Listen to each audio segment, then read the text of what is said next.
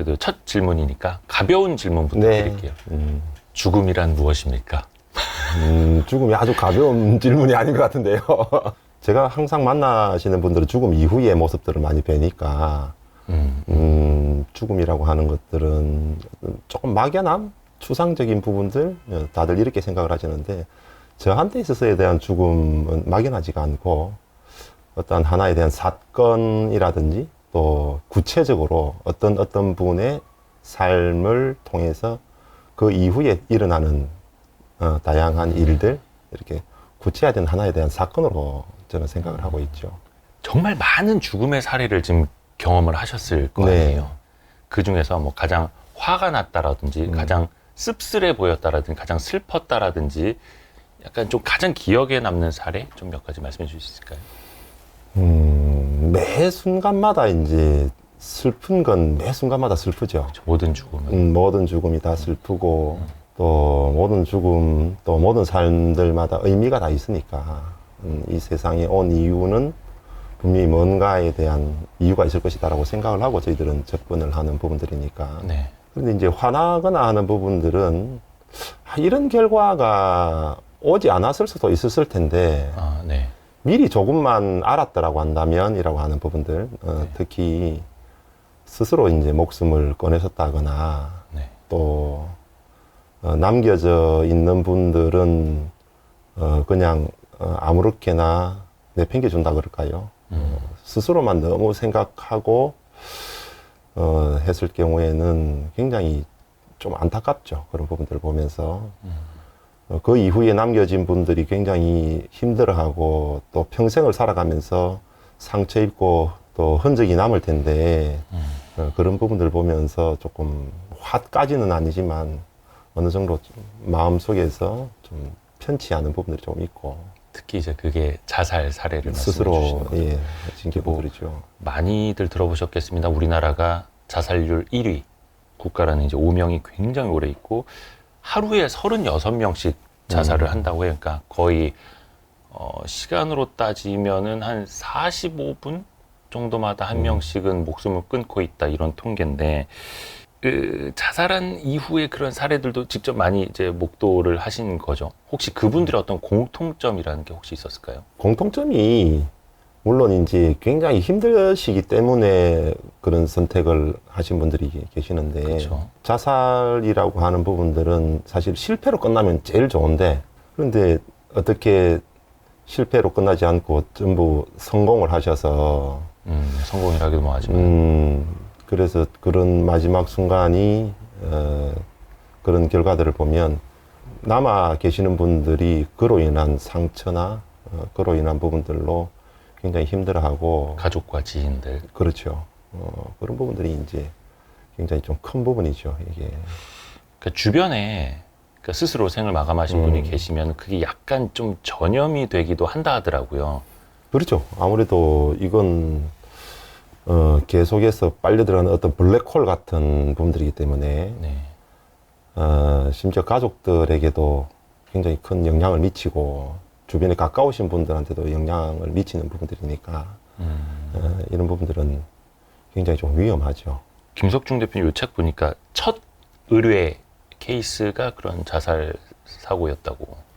근데 공교롭게 일본에서는 자살 사례를 그렇게 많이 접하지를 않았는데 아, 일본에서도 이제 좀 많이 배우고 오셨어요. 네, 약 한 3년 정도 막 네. 다니면서 많이 따라다녔고 또 많이 배우고 했는데 일본에서에 대한 어떤 사례 그때도 한참 일본에서는 굉장히 자살이 많았던 시기였어요. 굉장히 일본 사회가 문제가 되었던 거였는데 그때보다 이제 국내에서는 그런 사례들이 그렇게 많지 않았던 시절인데 공교롭게 첫 번째 현장이 극단적인 선택을 하신 분의 현장을 국내에서 처음 시작을 하게 되어서 저도 굉장히 놀랬고 또 굉장히 조금 좀 두렵기도 했고 그런 순간이 있었습니다. 좀 너무 구체적으로 여쭤봐서 그런 것 같긴 한데 좀 죄송스럽긴 한데 그 현장을 처음 보셨을 때 좀 어떠셨는지. 이분이 스스로 극단적인 선택을 하셨던 분일까라는 생각을 할 정도로 예. 굉장히 평온했어요.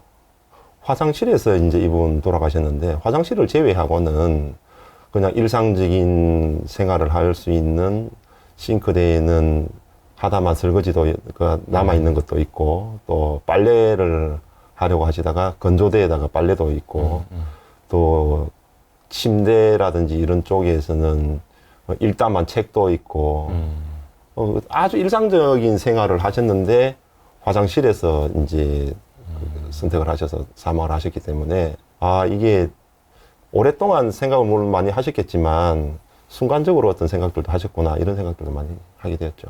반대로 완전 분위기를 좀 바꿔서 딱 보시기에 아, 정말 행복한 죽음이다. 왜 우리 그 장례식장 가면 호상입니다라는 표현도 좀 하지 않습니까? 진짜 좀 행복한 죽음이다라고 혹시 느껴보신 적은 있으실까요? 어느 죽음도 사실 행복하지는 않죠. 웰다잉. 사람 조금 이렇게 존엄하게 잘 죽게 행복하게 죽는 것도 사실은 나쁜 건 아니잖아요. 좋은 거잖아요. 예. 행복하다라기보다도 아, 이분이 참 준비도 잘 하셨고 아름답게 많은 생각들을 하셨구나라고 생각하는 분들이 계시는데요.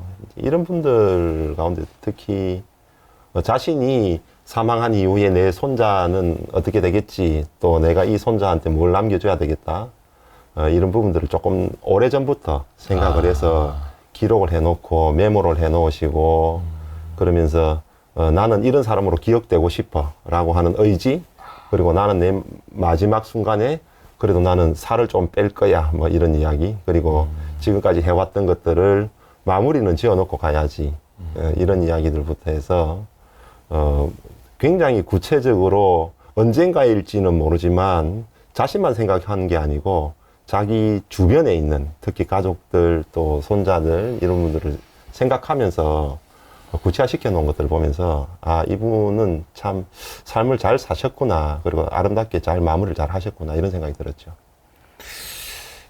항상 뭔가 이게 또 계획이라고 하면 참 어폐가 있는데 기록을 좀 해놓고 대비도 하고 왜 속된 말로 왜 묘비명도 미리 좀 생각을 해놓고 막 그런 것도 포함이 된다. 네. 그러면 혹시 대표님은 그런 거 준비 해보셨어요? 저는 예, 나름대로 이제 계획을 세우고는 있으니까 예. 뭐 그게 어떤 계획이라기보다는 네. 나는 언제든지 오늘이 마지막일 수 있어 라는 생각들을 하니까 언제 가더라도 다른 사람들이 저한테 대한 저로 인해서 좀 곤란하지는 않을 거다라는 생각들을 할 수 있도록 그렇게 하고 있죠. 특히 가장 중요한 부분 중에서 하나가 내가 만약에 오늘 떠난다 하더라도 가족들이 너무 슬퍼하거나 또는 나로 인해서 나에 대해서 너무 모른다거나 그런 것들이 아니고 저의 스케줄을 다 알고, 그리고 또 제가 아이디하고 비번을 어디에 적어 넣는지는 알고 있으니까 그것만 먼저 보면 확인할 수가 있으니까. 그 예전에 저도 이제 금융감독원 이런 데 사람들 찾아오는 거 이제 많이 보면은 그러니까 상속인들이라든지 이제 가족이 돌아가셨는데 네. 남아있는 계좌라든지 뭐 부채라든지 이게 어떻게 된지를 몰라서 그렇죠. 그쪽 와서 이제 민원 상담 받고 하시는 분들 굉장히 많더라고요. 오늘 혹은 내일이 내 삶의 마지막 날이다라는 생각을 갖고 있으면은 훨씬 더 그 삶의 행복도가 조금 높아진다 하더라고요. 혹시나 대표님이 오늘이 혹은 내일이 내 삶의 마지막이다라고 생각한다면 당장은 뭘 혹시 하실까요? 저는 오늘이나 내일이 마지막이라 하더라도 지금 하고 있는 일을 계속 해나가겠죠. 이렇게 와이스트리에 출연하고. 예, 그냥 일상적인 생활을 하고. 네네네. 저희 아버지가 굉장히 오랫동안 조금 투병 생활을 하셨는데, 네. 돌아가신 날 아침에, 드라이클리닝을 하시고 돌아가셨거든요. 어떤 걸? 헤어드라이기. 헤어드라이기. 헤어드라이기. 드라이클리닝. 드라이클리닝이 아니고, 그 헤어드라이, 예, 헤어드라이를. 머리를 예쁘게. 예, 머리를 단정하게 댁에서 이제 임종을 맞이하셨는데, 돌아가시는 날 아침에 드라이를 하시고, 평소에는 안 하셨는데. 평소에도 매일 하셨어요. 평소에 매일 하셨는데, 몸이 불편하신데도 불구하고, 뭐, 다른 사람이 오지도 않는데, 그냥 자신에 대한 어떤 단정함, 이런 부분들 때문에 그렇게 하셨는데, 그날 아침에 헤어드라이를 하셨는데, 저녁에 8시 넘어서부터 이제, 악화가 되셨어요. 예, 악화가 되셔가지고, 한 2시간 정도 한 이후에 이제 임종을 하셨는데, 그러면서 저도 그런 생각을 하게 되었어요. 뭐, 아버지 참 임종 잘 하셨다라고 생각도 했고, 일상생활을 하면서, 그렇게 마지막 순간이 언제인지는 모르지만, 저도 그렇게 살겠죠. 그 저희가 얼마 전에 밸런스 게임 같은 거 하면서 여쭤봤던 질문인데 네. 혹시 언제 죽는지를 내가 아는 것과 어떻게 내가 죽게 되는지를 아는 것 둘 중에 하나만 선택하라면 대표님은 어떤 걸 택하시겠어요? 저는 어떻게 죽는지 아는 거. 어떻게 죽는지 예, 아는 예. 것. 아, 저도 그거 택했었는데. 언제 죽는지 아는 것보다 어떻게 죽는지를 아는 게 차라리 낫겠다. 네. 왜 그럴까요? 언제 죽는지 알면 그 순간까지 얼마나 사람이 불안하거나 그렇죠. 피말리죠. 또, 예, 얼마나 허무하겠어요. 언제 죽는지 아는데 딱 그러니 언제 죽을지 모르는 게 훨씬 더 삶이 재밌을 것 같고, 예, 이거는 아주 재미있는 게임이잖아요. 언제 죽는지 모르니까. 그래야지 하루하루가 또 그렇죠. 예, 집중하면서 예. 소중하게. 그런데 가정할 수 있잖아요. 언제 죽을지 모르니까. 나는 이쯤 되면 나는 사망할 수도 있겠다.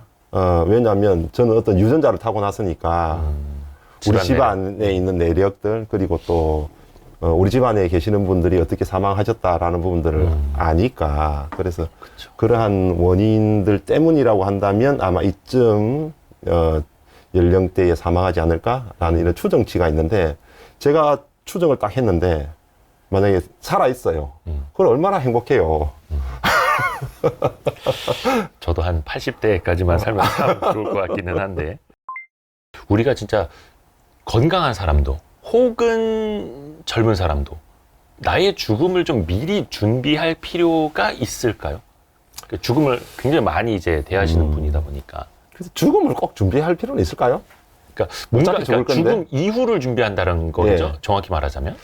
죽음을 준비한다라고 생각하는 것들은 이제 우리가 물론 표현적으로야 죽음을 준비합시다 뭐 이런 식으로 이야기를 하지만, 네.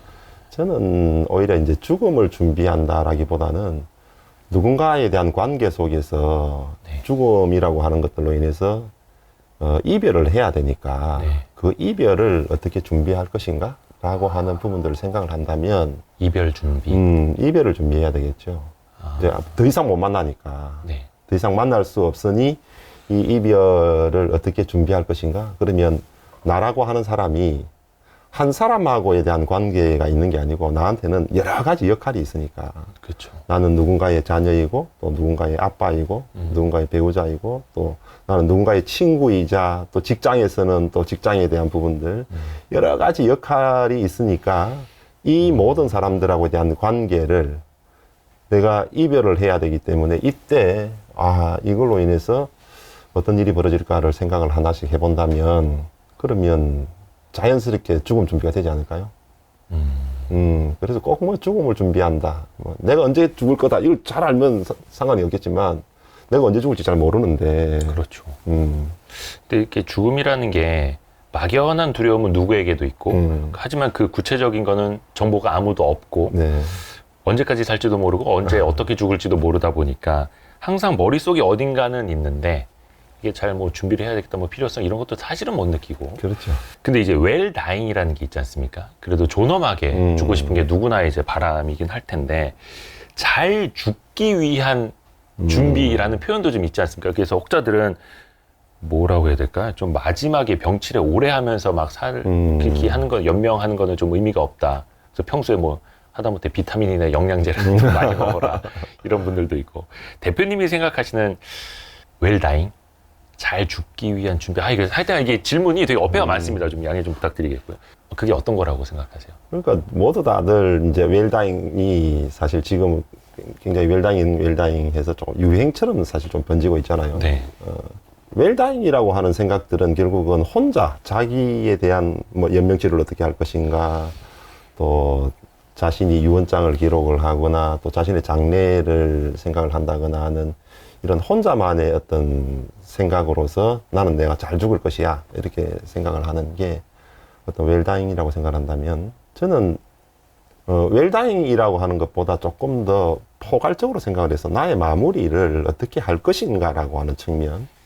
그리고 나의 마무리를 하는 부분들은 사망이라고 하는 이 임종이라고 하는 이 사건 하나를 두고 사망 전부터 사망 이후에 이르기까지 굉장히 많은 일들이 일어나는데 이 많은 일들이 어떻게 일어나는가? 그리고 이 많은 일들로 인해서 내가 이별을 해야 되는, 헤어져야 하는 사람들이 나한테 어떤 관계가 있고 또 내 스스로 직접 할 수 있는 일이 있는 반면에 내가 직접 할 수 없는 일들이 굉장히 많기 때문에 이때 내가 과연 어떤 준비를 해 놓을까에 대한 시뮬레이션을 한 번만 생각을 해 본다면 굉장히 구체화될 수가 있고, 또 이때 사실은 굉장히 돈도 많이 필요해요. 그리고 또 자신의 네. 그동안 벌어놓았던 돈의 약 한 50%에서 70%를 이때 다 쓰고 간다고 하니까. 언제요? 그 사망 임박기에서부터 사망 이후에 이르기까지. 왜냐하면 사망 전에는 요양을 해야 되겠죠. 요양한 이후에 치매가 걸리거나 하면은 누군가 또 성년 후견을 하거나 법률행위를 네, 대신해 네, 줘야 네. 될 사람. 네. 임종기가 임박기가 되면은 호스피스를 해야 된다든지, 또 네, 임종을 네, 한 다음에 장례를 치러야 되고, 아이고. 집을 정리해야 되고, 네. 사망보험이 그때 들어올 테고, 부조금도 그때 엄청나게 들어오고, 이후에는 상속도 이루어져야 되고, 또 봉안을 하거나 수목장을 하거나 또 추모를 해야 되고, 그 다음에 또 1년 있다가 또 제사를 뭐 하거나 아니면 기념을 하거나, 이런 여러 가지 일련의 일들이 한꺼번에 일어나는데 시기가 굉장히 짧단 말이에요, 이때가. 그래서 이제 그런 것들, 나의 마무리를 시뮬레이션 해봐라. 네. 이거 거의 해본 사람 없을 텐데. 아, 그거 참 한동안 유행했던 적이 있잖아. 그 무슨 관 속에 들어가서 체험해보는 거. 나의 죽음을 미리 체험해보는 거. 그거 다 펑펑 울고 나온다면서요. 그래서 저는 이제 뭐 관 속에 들어가는 부분들이거나 이런 부분들에 대해서는, 예. 물론 사람마다 그 생각하는 방법에 대한 부분들이 좀 다르겠지만, 굳이 관 속에 들어가는 그러한 그 충격적인 효과? 물론 이제 일반인들 같은 경우에는 관이라고 하면 조금 거부감이 좀 있고 그렇지만, 장례나 이쪽에 관련돼 있는 분들은 일상적으로 매일 보는 게 거의 뭐 관이니까. 예. 그게 충격적인 거라기보다는 이 관을 중심으로 해서 주변에 있는 사람들이 어떤 일들이 일어나는가를 관찰을 되게 많이 하니까, 일반인들이 생각할 때는 그 관의 주제가 오로지 그 관안과 그 관박 이렇게만 생각하지만, 저희들은 관안이라기보다는 오히려 관 주변에서 일어나는 여러 가지 일들, 그리고 또 그 관이 어떻게 이동될 것인가라고 하는 부분들, 이제 이런 거에 훨씬 더 관심이 많죠. 야, 관을 통해서 관찰할 수 있는 거네요. 그렇죠. 이게 한자가 같은지는 모르겠습니다만. 예전에 그런 예능도 있었어요. 그 연예인들이 이제 가상 장례식 해서 자기가 죽었다 치고 네네. 병풍 뒤에 숨어서 그렇죠. 자기의 이제 조문으로 온 사람들이 어떤 얘기를 하는지 듣는 그건 되게 예능이었는데 그렇죠. 굉장한 의미가 있더라고요. 그렇죠. 사실 그게 굉장히 중요한 부분들인 거고, 예. 일본에서는 엔딩 파티라고 하는 부분들이 있거든요. 엔딩 파티요? 예. 파티라고 해요? 예. 엔딩 파티라고 하는 개념이 조금 있는데, 예. 이게 이제 우리가 예능에서 다루어졌던 그 생전 장례식이라고 하는 부분들이 네.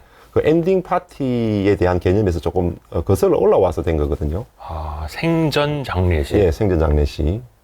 엔딩 파티라고 하는 부분들은 장례가 끝나고 난 다음에 이 장례식을 치르면 주인공은 본인인데, 네. 돌아가신 분인데, 네. 정작 주인공은 안 계시고, 그쵸. 남아 계시는 분들은 가족들, 그리고 또 고인과에 대한 지인들, 네, 조문 온 이분들이 사람들. 다 모였는데, 사실은 알고 보면 이분들이 다 몰라요, 서로 간에. 아, 그렇긴 하죠. 예. 누구의 누구고. 네, 누구의 누구고 예. 하다 봐보니, 그날 처음 봤는데, 어쨌든 이 주인공과 함께 어떤 행사를 치렀어요. 그것도 아주 큰 행사를. 네. 그러다 봐보니, 그때 많은 도움을 주신 분, 이런 분들이 감사하니까, 네. 이 감사함을 끝낸 이후에 소위 말해서 이제 뭐 연극이 끝난 다음에 쫑파티를 하는 것처럼, 네. 우리가 이 수고를 한 분들을 모셔서 감사의 잔치를 한번, 어떤 파티를 한번 벌리자. 그 결혼식 피로연 하듯이. 그렇죠. 장례식 피로연? 그렇죠. 장례식披露宴 같은 그런 개념이겠네요. 굉장히 낯선데요. 예, 그런 게 이제 한번 모여서 고인이 살았던 어떤 흔적들, 그리고 또 고인과 함께 나눴던 어떤 이야기들, 추억들. 추억들, 그러면서 그날 주제는 고인이 되는 거죠. 근데 그분이 거기 참석을 하는 거예요? 아니요, 이제 이 고인이 됐으니 참석을 못하니. 이게 가상이 아니라 이거는 현실에서. 실화. 네, 실에서. 그러면 실제 장례식 이후에. 그렇죠. 실제 장례식 이후에 이렇게 이제 정리를 하면서 이런 엔딩 파티라고 하는 사람들이 있어요.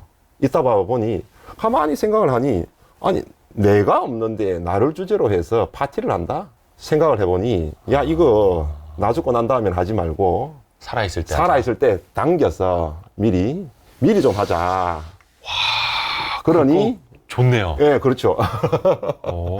그래서 이제 엔딩 파티라고 해서 감사의 연이라고 하는 것들을 열어서, 뭐 어떤 분들은 호텔을 빌려서 한다거나, 어떤 분들은 좋은 음식점을 빌려서 한다거나 하는, 이렇게 하는 분들이 계시죠. 그래서 이제 자신이 언제쯤 사망할 것 같으니, 또 지금 현재 병이 조금 있는 것 같으니, 아하.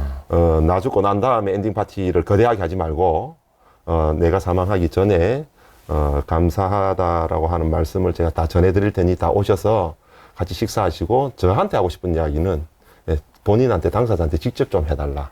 그리고 그동안 내가 반성할 것도 없고, 감사했던 부분들은, 이런 부분들은 해드리겠다. 이제 이런 게 하나의 엔딩 파티가 된 거예요. 근데 그게 이제 생전 장례식이라고 하는 부분인데, 이게 이제 어떤, 조금 전에 말씀하신 그, 예능에서 다루었던 그런 거와 좀 비슷한 느낌이죠.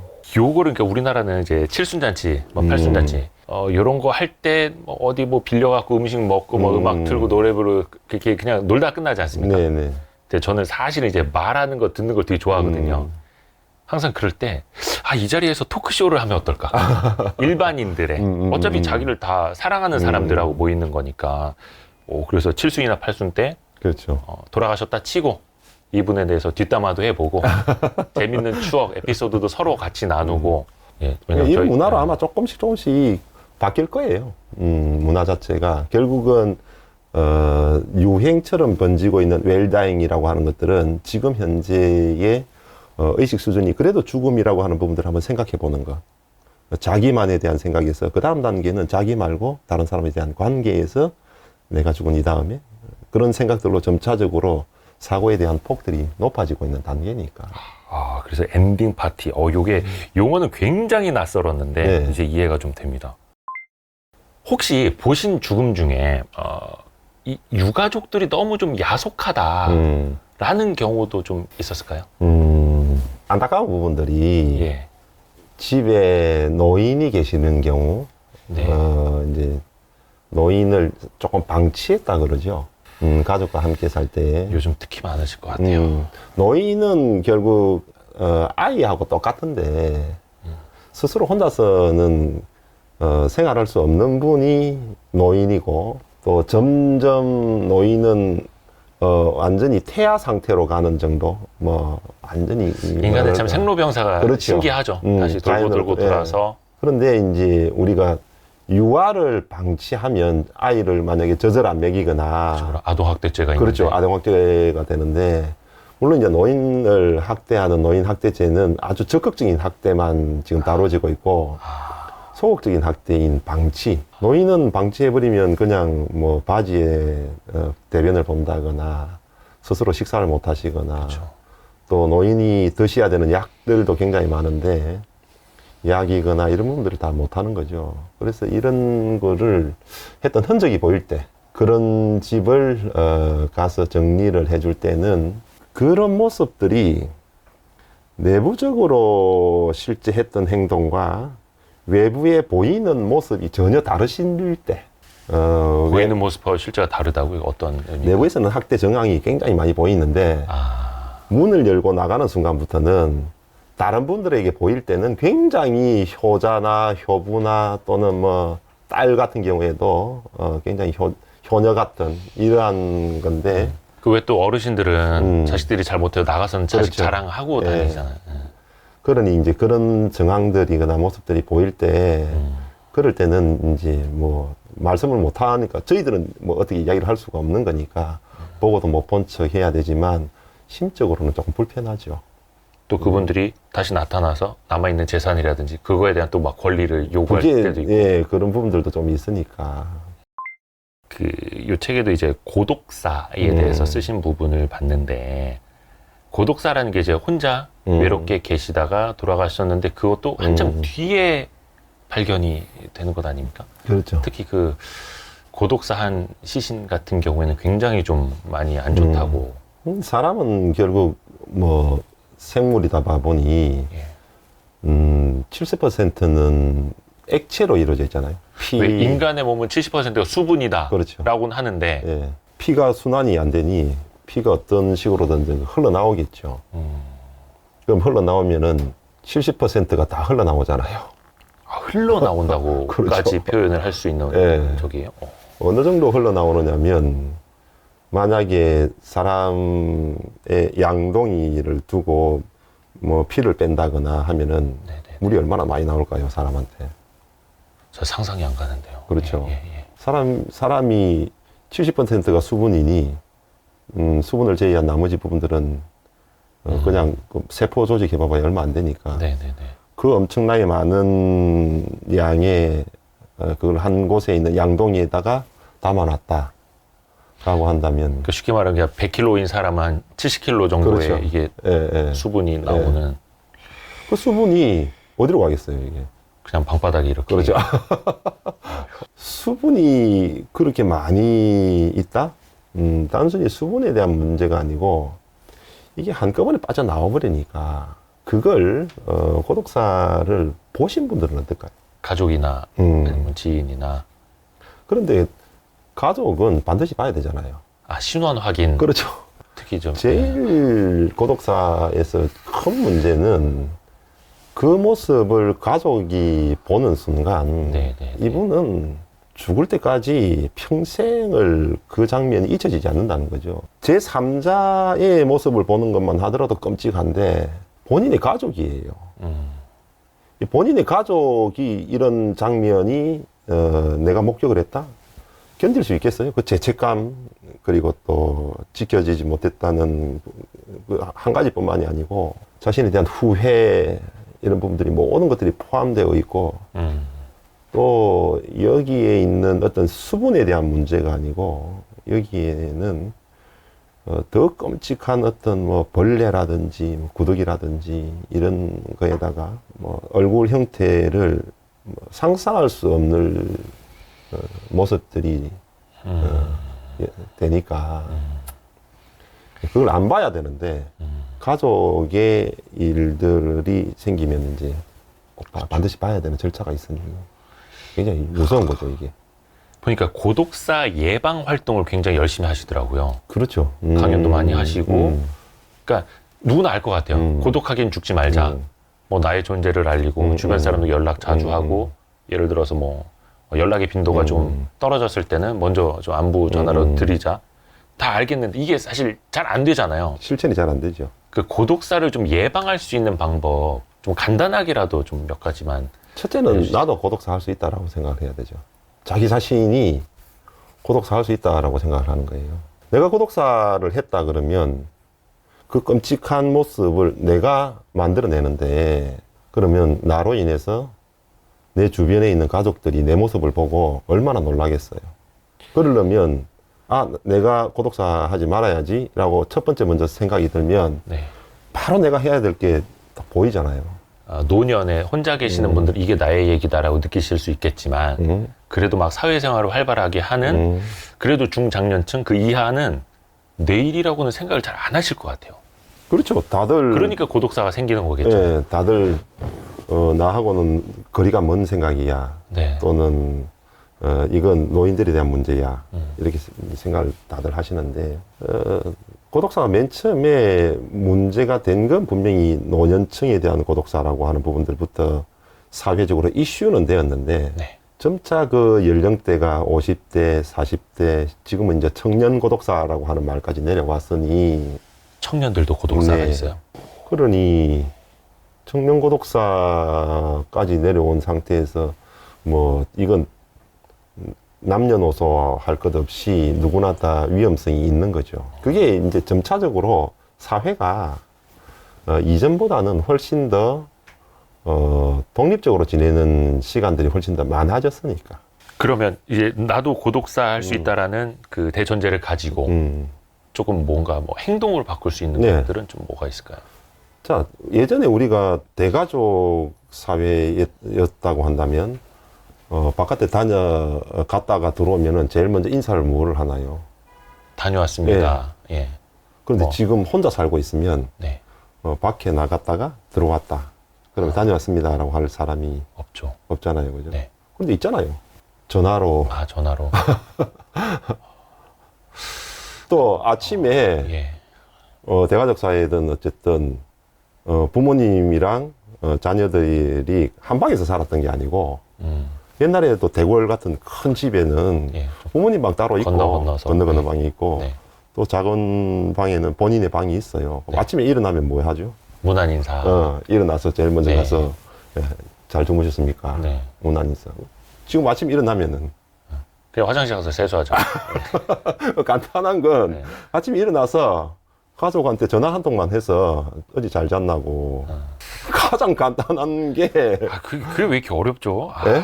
저도 그렇고 참. 그런데 한 번 안 하면 만약에 그 같은 집에 사는데 서로 냉랭하게 싸웠다. 그래서 아침에 일어났는데 뭐 문안 인사니 뭐니 이런 것 없이 그냥 지냈다. 그러면 아마 같은 집에 살아도 문안 인사 안 하고 그 집에 들어와서 싸웠다. 만약에 네. 싸워가지고 뭐 별로 관계가 안 좋다 그러면 다녀왔습니다. 이야기도 안 하고 자기 방에 들어가서 문 탁 닫아버리고 아마 그럴 거예요.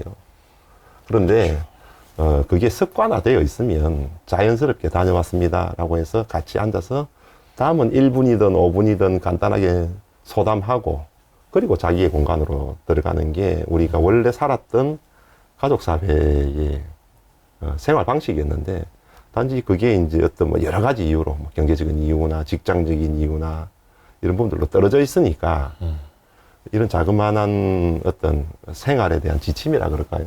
그 원칙만 하나만 세우면 누가 먼저 전화를 하거나 그 전화를 했는데 전화가 없다. 그러면 걱정되니 전화 한 통 해서 어떤 일이냐. 대신에 이제 그러기 위해서는 또 서로가 해야 되는 어떤 에티켓은 있겠죠. 그렇죠. 예. 아, 근데 그게 왜 이렇게 어려울까요? 아, 참 저도 그렇고 마음은 있는데 전화 한번 드려야지 하는데 이게 참 정말 쉬운 일인데 그렇죠. 참 잘 안 되네. 아주 저도 좀 반성을 하고 오늘 연락을 좀 드려야겠습니다. 키퍼스 코리아 지금 대표신데 유품 정리사라고 표현을 하시더라고요. 근데 이제 과연 유품 정리라는 게 왜 필요할까? 그러니까 돌아가신 분의 뭐 쓰던 물건들이 이제 남는 건데 이게 과연 뭐 직업적인 것까지 필요할 정도로 유품 정리가 필요할까 이렇게 생각하시는 분들 많으실 거예요. 근데 대표님이 책에서 표현하시기에 사람은 빈손으로 왔다가 빈손으로 가지만 유품은 남는다. 네. 유품 정리가 왜 필요할까요? 사람이 어쨌든 도구의 인간이고, 그러니까 도구를 사용하는 인간이고, 또 문자를 사용하는 사람이다 보니, 어떤 방식으로든 자신의 생각들을 문자로 표현할 수 있고, 또 자신이 뭔가를 조금 더 편리하게 하기 위해서는 수단으로서 우리가 도구를 사용을 했는데, 이 도구나 생각들이 자신만의 것도 있지만, 관계 속에서 서로 선물을 주고받은 것들도 있을 테고, 또 어떤 의미를 부여했을 것들도 있고, 예. 자신에 대한 삶에 대한 스토리가 될 수 있는 부분들도 있고, 네. 여러 가지가 한꺼번에 다 있다는 거예요. 그리고 내가 쓰다가 당장 이걸 안 쓴다 하더라도, 이건 누군가 다시 쓸 수도 있는, 그럴 수도 있고. 예, 있을 텐데, 이런 부분들을 분리를 해서 우리가 한번 나누어서 정리를 할 필요가 있는 것들이 예전에는 같이 생활했기 때문에 네. 그대로 한 분이 안 계신다 하더라도 그걸 그대로 다 같이 썼어요. 네. 사용을 다 하고. 예. 그런데 지금은 각자가 다 따로 떨어져서 살고 있어요. 그러다 보니 자, 각자가 가지고 있는 노트북 한 대, 각자가 가지고 있는 스마트폰 한 개, 각자가 모두 다 냉장고도 하나씩, 세탁기도 하나씩, 옷장도 하나씩, 그리고 거기에는 너무나 많은 자신에 대한 기록들, 메모들, 파일들, 거기다가 여기에는 어떤 엄청나게 많은 자신만이 알고 있는 재산, 또 뭐 여러 가지 정보, 이런 것들이 있는데 가지 숫자가 무려 1000가지가 넘는다는 거예요. 사람 하나가 한 사람 떠났을 때. 분명히 처음 시작할 때는 네. 빈 방에 생활을 처음 시작을 하는데 첫날부터 만약 하루를 지내려고 하면 우리가 얼마나 많은 게 필요해요. 그렇죠. 당장 이불도 하나 사와야 될 테고, 베개도 하나 사와야 될 테고, 다리미도 사와야 되고, 네. 부엌칼도 사와야 되고, 컵도 사와야 되고, 뭐 그러니 뭐 모자라는 것들은 근처에 있는 할인점이거나 또는 뭐 생활 편의점이라든지 이런 곳에 가서 또 사다가 그게 시간이 지나면서 계속 늘어나잖아요. 네. 그러다 보면 한 분이 돌아가시면 이 집을 또 순서대로 조금씩 없애는 게 아니고 한꺼번에 집을 비워줘야 돼요. 그러면 이제 이 많은 것들, 물건들뿐만이 아니고 그 속에는 여러 가지 뭐 빌린 것도 있고. 처치곤란이 될 수도 있는 그렇죠. 거고 누군가에게. 예. 그대로 가만히 둔다면 어떻게 뭐 누군가는 들어와서 생활을 할 수가 없으니까. 그렇죠. 그러니까 유품 정리라는 게 그러니까 딱 이분법으로 이야기하자면 버릴 건 버리고 남길 건 남기고 일 텐데 이게 그렇게 뭐 쉽지는 않을 테고 유품 정리 절차는 어떻게 되는지 물론 이제 굉장히 복잡한 걸로 알고 있습니다. 조금 대략적으로라도 말씀해 주신다면 어떻게 될까요? 먼저 유족들하고 사전에 네. 먼저 이야기를 나누고요. 사전 조사를 통해서 현장 상황이 어떻는지 또 이분에 대한 문제가 뭔지를 먼저 파악을 하는 게 제일 먼저이고, 그리고 나면 이 문제를 해결하기 위해서 우리가 어떻게 이행을 해야 될 것인가라고 하는 계획을 세워야 되겠죠. 이게 하루 만에 끝날 일이다. 그냥 청소하러 이렇게 들어가듯이 하는 게 아니고. 그렇죠. 하루 만에 끝날 일인지 아니면은 일주일이 걸릴 일인지 1년이 걸릴 일인지를 먼저 계획을 세워서 네. 순차적으로 어떻게 할 것인가에 대한 구역을 나누고 네. 그 계획별로, 그렇다고 여기 찔끔 할 수는 없는 거니까 네. 공간별로 조금씩 정리해 나가는 거죠. 우리가 책장을 정리한다 하더라도 1번부터 10번까지에 대한 어떤 책장의 순서가 있다 그러면 여기 이렇게는 할 수가 없으니까 1번 라인은 어떻게 시작을 하겠다, 2번 라인은 우리가 어떻게 하겠다, 계획을 세워야 될 거 아니에요. 그런 것처럼. 그렇게까지 하시는 거예요? 그냥 뭐 이렇게 책 다 싹 다 해서 박스에 넣고 막 이렇게 하는 게 아니라. 그러니까 대부분 이제 유품 정리를 다들 어떻게 생각하냐면, 네. 야, 유품이니까 중요한 거 몇 개만 골라내면 나머지 되는 거 아니야? 라고 생각을 하는 거예요. 유품을 정리할 때 중요한 것만 몇 개 골라낼 것 같으면 정리할 필요가 없죠. 그냥 가서 그냥 골라내서 나머지 다 버리면 되니까. 어떤 분들은 사이가 너무 좋아서 예. 아무것도 만질 수 없는 사람, 보기만 해도 우는 사람들, 이분들한테 하나하나가 다 이거는 버릴 수가 없는 거예요. 이분한테는 아무것도 버릴 것들이 없는 거죠. 이 중요한 걸 어떻게 골라내? 다 안타까운 건데. 반대적으로 네. 사이가 굉장히 안 좋은 관계, 뭐 아동학대를 당했다거나 네. 서로 관계가 악화되어서 이분만 생각하면 떠올리기만 해도 다 싫어. 다 싫어. 네. 쳐다보기도 싫어. 그 집을 들어가기도 싫어. 이분은 그냥 다 버려주세요. 다 그냥 태워주세요. 다 버려줘. 그냥. 그런데 그냥 다 버릴 수는 없잖아요, 우리가. 그럼 그 중에서 뭐 어떤 걸 어떻게 찾아주세요? 그 가운데서도 예. 뭐 개인정보와 관련돼 있는 이 싫다고 하는 사람의 정보도 있고, 이 싫다고 하는 사람하고 대한 관계 속에서 있는 이런 사진들도 있을 수도 있고, 네네네. 이 사람이 기억하고 있는 이 사람에 대한 부분들이 얼마나 많은 것들이 여기에 남겨져 있는데, 네. 그런 부분들은 찾아서 이분이 그렇게 싫다고 한다면 이걸 본인이 없애든지 파쇄를 하든지 네네네. 할 수 있도록 도와드려야 되니까.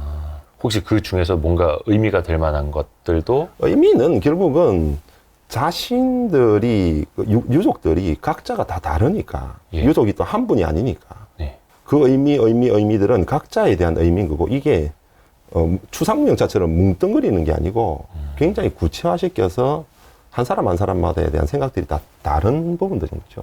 의미는 본인들이 다 각자 찾아야 되는 것이지 우리가 어떻게 찾을 거예요. 우리는 찾을 수 있도록 네. 경험이 많으니 그냥 분류해서 이분한테 판단을 잘 할 수 있도록 맡겨주는 건 거고, 그러려면 이제 서로 같이 상담을 해야 되겠죠. 대화를 하면서. 이 공간에서 이러한 물건들이 나왔으니 네. 이 공간에 있는 물건을 보고 한번 판단을 해봐 달라. 이렇게 이제 한 이후에, 자, 이런 부분들을 하기 위해선 간단하게 이분이 그래도 고인이 되신 분인데 추도식을 한번 가지는 거죠. 이런 추도식을 간단하게 가지고, 추도식을 가질 때에 모든 사람들이 자기의 물건이 아니기 때문에 네. 마음속에 어떤 사탄 마음을 가질 수가 있단 말이에요. 그래서 이런 마음들을 예. 뭐 탐욕이든 아니면 또 마음속에 있는 여러 가지 마음들을 정제시킬 수 있는 어떤 다짐도 할 수 있는 그런 식으로 어떤 의식 절차를 한번 거치는 거죠. 그런 장례 행위하고 같은 비슷한 어떤 형태가 되겠죠. 의미를 네, 주고, 의미를 주고 부여하고 나누는. 그리고 분류하고. 그리고 포장하고. 네. 예.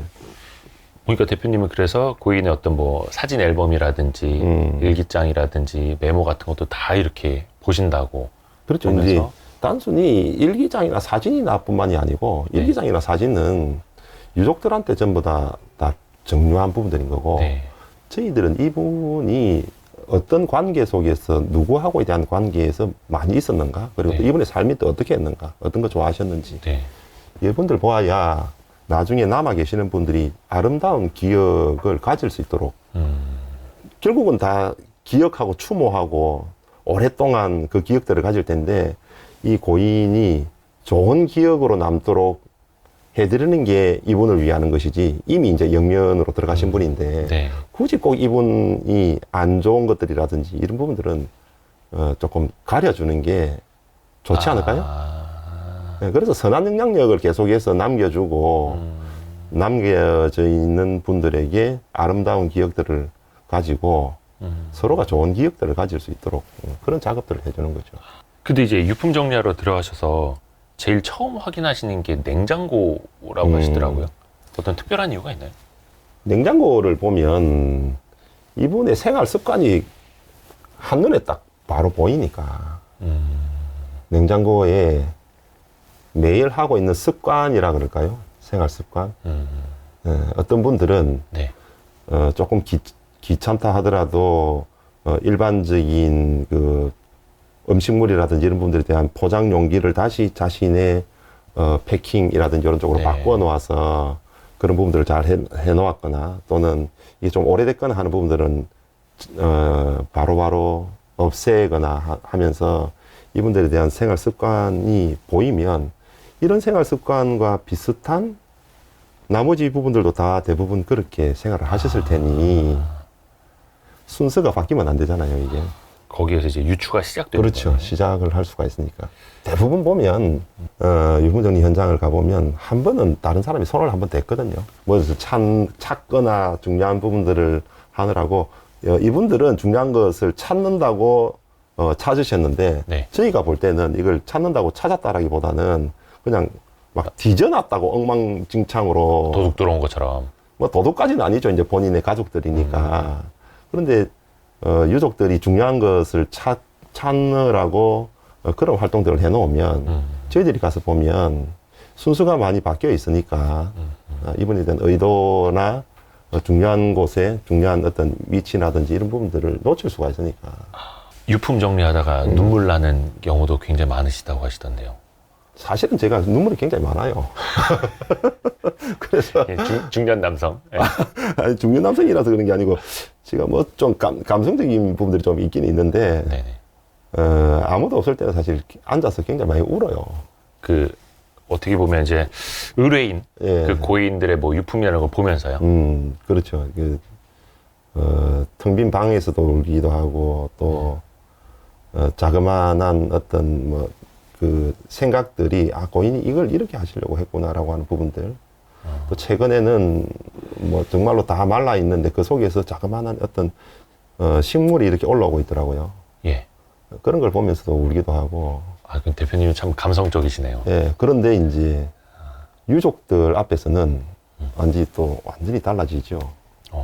그 감성적인 거나 이런 부분들은 또 없애야 하니까 같이 울고 있을 수는 없으니까 굉장히 강해야 되고 또 굉장히 냉철해야 되고 이성을 차려야 되고 그게 이제 어느 정도 일을 프로답게 끝내고 나면 일이 다 끝난 순간에 다시 한 번 더 이제 복귀를 하거든요. 결과 보고라고 하는 걸 보면서 그럴 때 굉장히 조금 그분에 대한 삶 이런 것들을 보면서 저 자신을 반성하기도 하고 또 많이 배우기도 하고 여러 가지 부분들을 하면서 또 울기도 하고 하죠.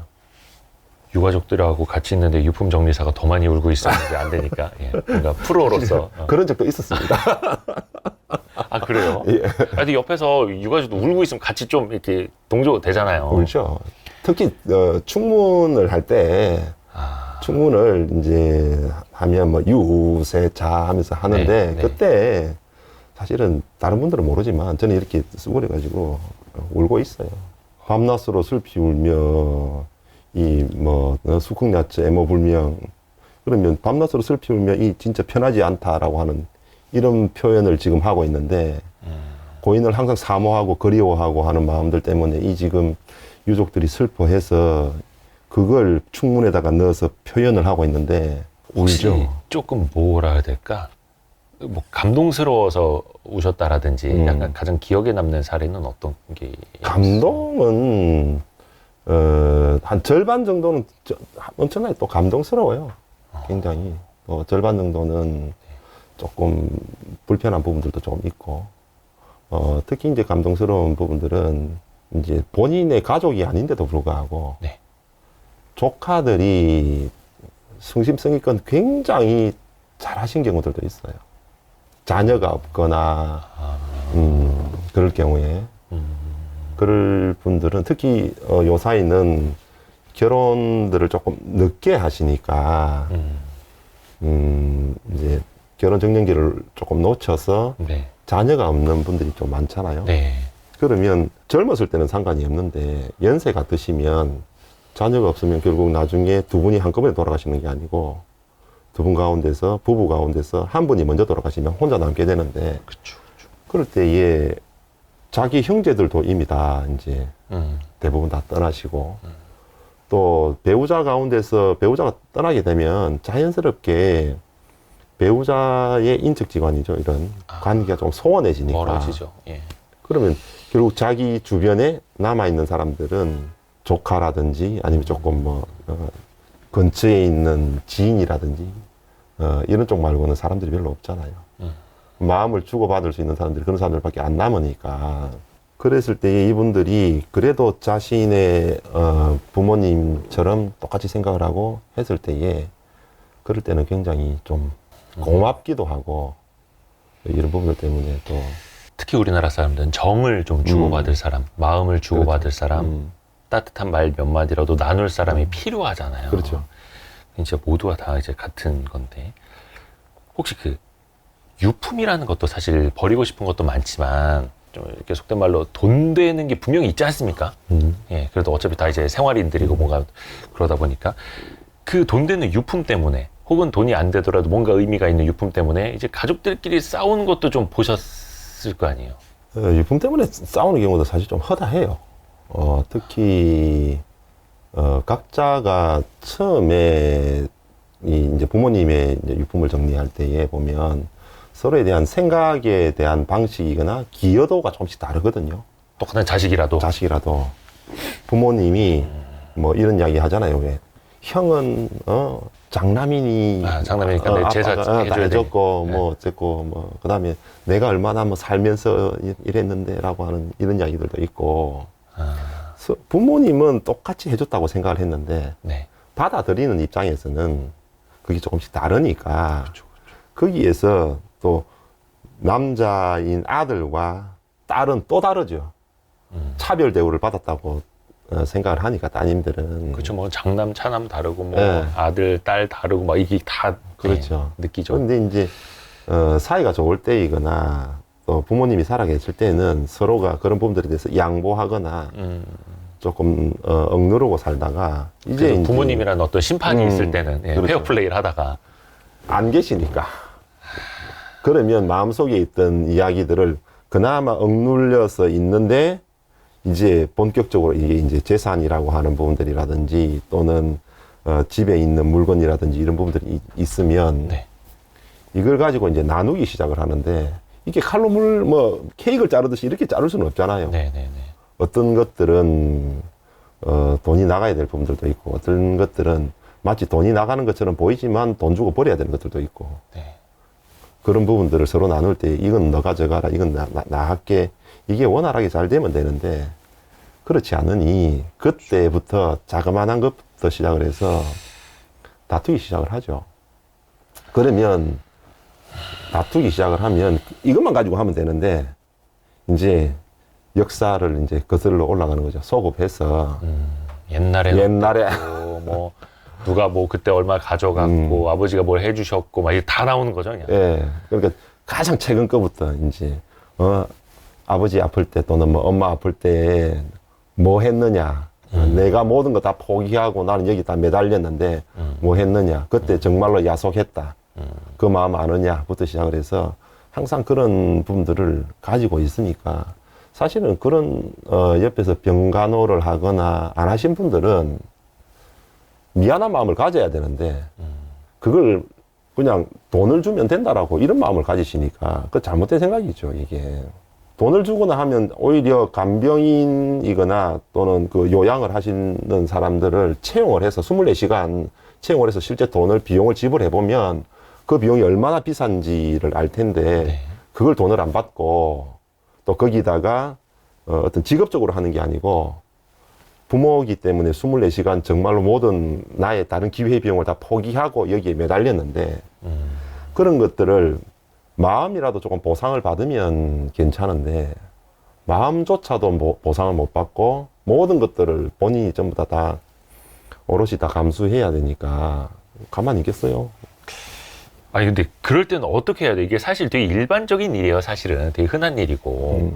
근데 그렇다고 해서 뭐 유품정리사가 뭐 예를 들어서 이거는 뭐 누구 주라고 했습니다. 뭐 이렇게 또 갈라야 되는 건지 아니면 어디 메모장에서라도 뭘 찾아서 서로 의미를 부여해드리고 이거는 그래도 누가 갖는 게 맞은 것 같습니다. 또 막 그래야 되는 건지. 그래서 사전에 미리 이제 이야기를 들을 때에 네. 한 분의 이야기만 듣는 게 아니고 이분의 이야기를 같이 종합적으로 듣고 또 분쟁이 일어날 것 같다. 또 가보면 이미 한번 유품을 정리한다고 해서 한번 누군가가 정리를 한번 했는지 안 했는지 이런 것들도 보여요. 또 어떤 분들은 또 정리를 한다고 해서 큰아들이 먼저 돈 되는 것만 먼저 가져가고 나머지 부분들은 또 남겨놓은 경우들도 있고 이러다 보니 그런 경우도 있어요. 엄청 돌아가시 많아요. 직전에 뭐 예를 네. 들어서 집문서 가지고 어디 이렇게 해놓고 막. 큰 평수를 또 작은 평수로 또 줄일 때에 또 그런 경우들도 있고 하니 이제 각각에 대한 이야기를 듣죠. 따로따로. 그래서 이분에 대한 이야기를 들은 이후에 좋은 부분만 말씀을 드리는 거죠. 여기에 대해서는. 이런 부분들이 있으니 이렇게 요구합니다. 이렇게 합니다. 라고 해서 약간에 대한 부모님이었더라고 한다면 이런 중재를 하지 않았을까라는 생각으로 조금 중재를 해드리죠. 중간에. 그래서 참, 뭐, 저희 지난번에 그 유언 공증 전문 변호사도 출연하신 적이 있는데, 그래서 진짜 집 한 채 있는 사람이 오히려 더 그런 걸 더 많이 해놔야 된다 하더라고요. 재산이 많은 것보다는. 그래서 딱 그 집 한 채 가지고 자식들이 싸우게 된다. 그래서 유언도 뭐 공증을 받아야 된다. 이런 이야기도 있긴 한데. 반대로 유품에 대한 좀 혐오 현상도 있다 하더라고요. 예를 들어서, 저거 뭐 귀신 붙은 물건이다. 뭐 돌아가신 분의 저기는 뭐 재수가 없다. 그러니까 사실 그렇게 또 인식하는 분들도 계세요. 좀 많이 보셨나요? 주로 이제 풍수나 무속을 하시는 분들이 네. 그런 부분들을 굉장히 많이 부각을 시키죠. 예. 뭐 고인의 어떤 부분들, 뭐 귀신이 따라붙으니 이런 것들은 집에 두지 마라. 뭐 영정 사진은 뭐 집에다 절대 두면 안 된다부터 시작을 해서 죽음이라고 하는 그 막연한 두려움, 어떤 이런 것들은 불길하다. 이런 것들을 통해 가지고 굉장히 이런 부분들을 이야기를 하면서 유품을 두면 안 된다라고 하는 부분들이 굉장히 어떤 뭐 구체적으로 막 많이 나와 있어요. 다 태워야 된다. 뭐 이런 다 식으로. 태워야 된다. 뭐 예. 소금 뿌려야 된다. 예. 뭐, 예. 그런데 옷을 만약에 다 태워야 된다? 그럼 집안에 옷이 몇 박스가 아니고 뭐 네, 제일 많죠. 예. 고인이 남겨놓은 게 부모님이 돌아가셨다 그러면 5톤 트럭으로 한 대예요. 이사짐센터, 포상이사. 그것도 모자랄 경우들도 있어요. 자, 그러면 이거 다 태워야 돼요. 한 해의 사망자 31만 명입니다. 31만 명의 귀신 거를 다 태운다? 이거 다 어떻게 할까요, 우리가? 예. 그러면 그분들이 주장하시는 대로 불길하거나 찝찝하다라고 생각을 한다면 우리나라뿐만이 아니고 해외에도 엄청나게 많은 사람들이 돌아가시고 계시는데 이 엄청나게 많은 걸 다 태우거나 또 뭐 매립하거나 하면 환경적으로 엄청나게 문제일 텐데 그래서 이건 정말로 너무 어불성설이고 네. 오히려 이제 유품이라고 하는 부분들이 찜찜하다거나 그런 부분들이 아니고 그 가운데에서도 진짜 중요한 의미라든지 네. 또 물려설 수 있는 부분들이 있는지를 한번 확인해 보는 것들이 더 중요하겠죠. 근데 또 반대로 사람들은 돈 되는 유품 같은 거 뭐 정리하려고 뭐 박스 실어놓고 아파트 밖에다 이렇게 해놓으면 또 그걸 가져간다면서요. 그렇죠. 유품인 거 알면서. 네. 참 이 인간이라는 존재가. 그 책에 그런 내용이 있어서 약간 조금 난해하다 그래나 좀 느낀 게 있는데 유품 정리사가 이제 왔을 때 원룸촌 사람들하고 좀 대단지 아파트하고 이 유품 정리사를 대하는 태도가 좀 다르다고 하더라고요. 아무래도 원룸촌이라든지 이런 쪽은 임차인들이에요. 예. 그러니까 건물주 입장에서 생각을 하는 거예요. 건물주는 임차인이 사망을 하면 이분이 다른 공간도 본인이 소유를 하고 있으면서 임차를 할 때에 임대를 할 때에 피해를 갈 수가 있잖아요. 한 분이 사망했다 그러면 그 사망한 그 장소만 하더라도 사람들이 이거 뭐 불길해 뭐 거기서 사람이 죽었대라고 하면서 수근수근 된다거나 그래서 또 이제 월세가 안 나갈 수도 있고 막 이렇게 있는 분들도 나갈 수가 있으니까 그러니 건물주 입장에서는 충분히 이제 이해를 하죠. 그리고 이런 부분들이 조금 이야기가 새 나가지 않도록 조심히 좀 해달라라고 하는 이런 쪽에 있는 거라 한다면 대단히 아파트 단지거나 이런 쪽에는 오히려 각자가 다 소유하고 있잖아요. 각자가 소유하고 있는데 이 집으로 인해서 만약에 그런 불길한 소문이 돈다 그러면 다 피해를 보잖아요. 집값이 떨어지니까. 그러니까 집값 들으니까 쉬쉬하고 빨리 정리해 주세요. 막 시시라기보다는 조용히 정리해주세요. 예, 이미 이제 그런 것들 때문에 다 어느 정도 소문도 좀 나 있고 뭐 동네 슈퍼 가보면 다 아니까 그런데 그냥 뭐 청소하는 사람들이 와서 그냥 뭐 들고 가서 했다거나 그렇게 했다 그런다면 크게 사람들이 획기적인 전환점이라는 게 별로 없어요. 네. 그런데 어떤 전문인들이 와서 하는데 보니 야 깨끗하게 해서 이렇게 했다더라. 그러니 여기는 이 공간 자체가 이제는 조금 깔끔하게 잘 정리가 됐다. 그러면 본인들이 가지고 있는 가치가 그대로 보존되니까 오히려 주변에서 굉장히 많이 도와주시고 또 오셔서 감사하다고 하시고 뭐 어떤 분들은 뭐 음료도 가지고 오시거나 또 뭐 샐러드를 가지고 오시거나 그런 분들도 계십니다. 그것도 어떤 이게 죽음의 스토리가 그래도 조금 양호할 때겠죠. 상을. 안 좋은데도 마찬가지예요. 두 분은 주변 분들은 대부분 다 알고 계시니까 이게 상황이 소유주가 전체를 소유하고 있어서에 대한 공간이냐 네. 그렇지 않고 각자가 소유하고 있는 공간이냐에 따라서 조금 차이가 있는 것 같아요. 영안실에서의 그 경험도 굉장히 많으시다고 하는데 거기에서 일어난 일 중에 좀 가장 기억에 남는 일화 좀 이야기해 주시겠어요? 수위를 이제 네. 일반인들은 잘 모르시니까 네. 우리가 이제 노인들 같은 경우에는 미리 수위를 준비하는 경우들이 많이 계시거든요. 뭐 수위를 미리 준비해 놓으면 뭐 장수를 오래 하신다 산다. 뭐 이렇게 이런 말도 있고. 예, 윤달에 준비들을 하시는데 본인 것만 또 준비하시는 게 아니고 배우자 거를 또 준비를 하셔요. 네. 그래서 비싼 돈을 들이고 좋은 거라고 생각을 하고 실제 구입을 하지만 네. 사실 수위라고 하는 부분들은 구입을 하지만 그거 열어보지는 않아요. 그죠. 뭐 그거 뭐 미리 입어볼 필요도 없고. 그러니까 네네네. 그냥 사서 예. 보관을 해놓았다가 이걸 이제 오래 사신다고 하시니 시간이 정말로 몇 년이 지난 이후에 사용을 하시는데 그때 보면 이제 그때 아는 거죠.